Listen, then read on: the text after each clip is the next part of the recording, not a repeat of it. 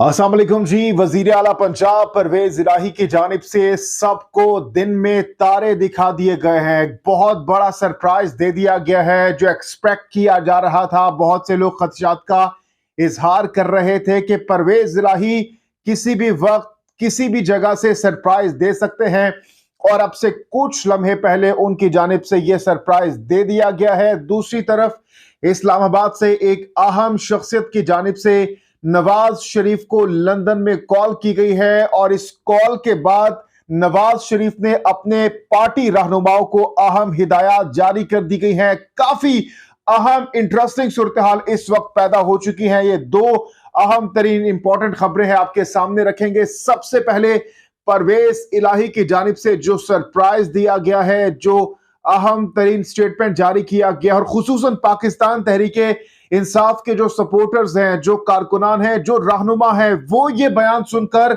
बहुत ज्यादा उनको एक शॉकिंग न्यूज मिली है कि आखिर क्या हो गया है। ये बयान आपके सामने रखते हैं, उसके बाद आपको बताएंगे कि नवाज शरीफ को किसने कॉल की है और क्या हिदायत जारी कर दी गई हैं नवाज शरीफ की जानिब से। सबसे पहले परवेज इलाही का यह बयान आप सुनिएगा। वजीर आला पंजाब चौधरी परवेज इलाही ने कहा है कि साबिक army chief general retired Qamar Javed Bajwa के इमरान खान पर बहुत एहसानात हैं, एहसान फरामोशी ना की जाए। ये इमरान खान को यानी पीटीआई को कहा गया है कि खबरदार अगर आपने एहसान फरामोशी की।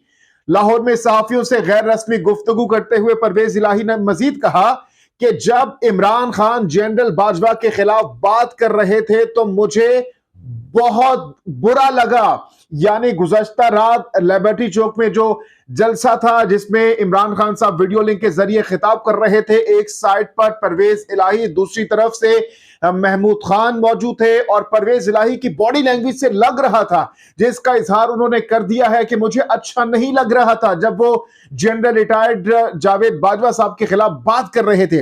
अच्छा जी, आगे सुनिए वो क्या कहते हैं। उन्होंने कहा कि जनरल बाजवा हमारे मोहसिन हैं, मोहसिनों के खिलाफ बात नहीं करनी चाहिए। जनरल बाजवा के इन पर बहुत एहसानात हैं, एहसान फरामोशी ना की जाए। यानी वो इमरान खान साहब को कह रहे हैं कि इन पर बहुत ज्यादा एहसानात हैं जनरल कमर रिटायर्ड बाजवा के। उन्होंने मजीद कहा कि जनरल बाजवा के खिलाफ अब अगर बात की गई तो सबसे पहले मैं बोलूंगा, मेरी सारी पार्टी बोलेगी। हम इमरान खान और पीटीआई के मुखालिफ नहीं, साथी हैं, लेकिन अपने मोहसिनों को फरामोश नहीं कर सकते। परवेज इलाही ने मजीद कहा कि जनरल रिटायर्ड फैज हमीद ने बहुत ज्यादतियां की, हमें अंदर करने की कोशिश की, वो हमारे खिलाफ थे। इमरान खान तो मोनिस इलाही को साथ भी नहीं बिठाते थे, इसके बावजूद हमने इमरान खान का साथ दिया। जब इमरान खान ने कहा कि असेंबली तोड़ दो, हमने फौरी तौर पर हामी भर ली। ये इससे आप अंदाजा लगा सकते हैं कि ताल्लुकात ठीक नहीं हैं, मामला बिगड़ चुके हैं। परवेज इलाही की जानिब से ये सिग्नल दे दिया गया है कि भाई खबरदार अगर आपने जनरल बाजवा के खिलाफ कोई बात की, अगर ऐसा हुआ तो फिर हम बोलेंगे, और ना सिर्फ वो बल्कि उनकी पूरी पार्टी बोलेगी। दूसरी जानिब लंदन में जो बात हुई है नवाज शरीफ साहब से, किसने कॉल की है ये भी आपके सामने रखते हैं।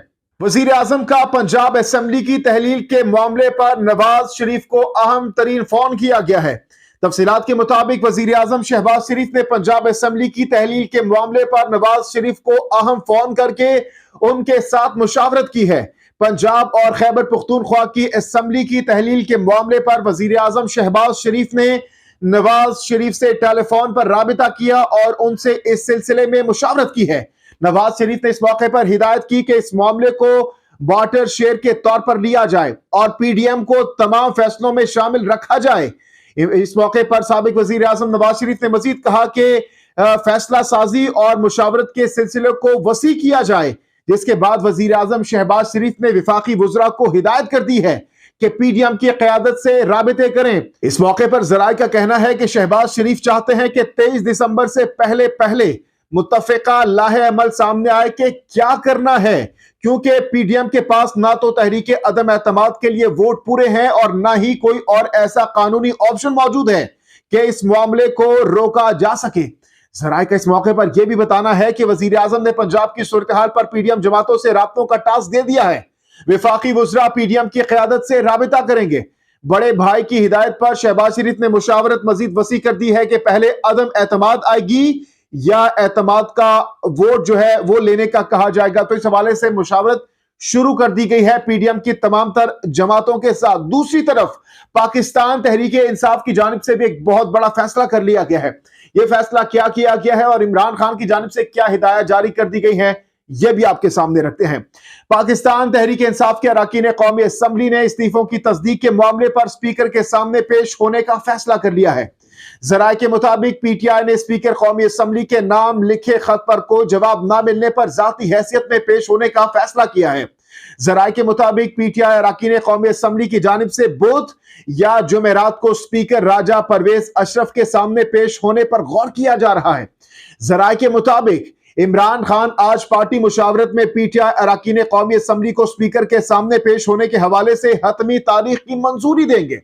जराये के मुताबिक वाइस चेयरमैन पाकिस्तान तहरीक इंसाफ शाह महमूद कुरैशी ने कुछ रोज काबिल स्पीकर कौमी असम्बली को खत लिखकर अरकान की इस्तीफों की तस्दीक के लिए वक्त मांगा था।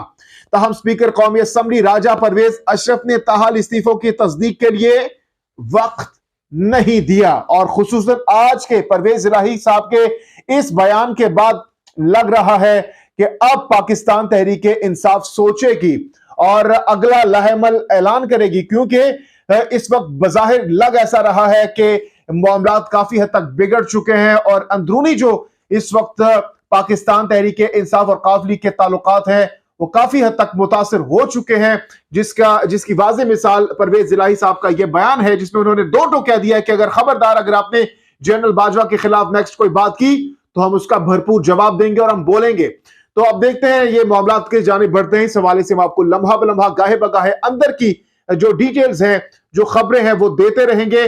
जहांगीर खान को नेक्स्ट वीडियो तक के लिए दीजिए इजाजत। अल्लाह हाफ़िज़।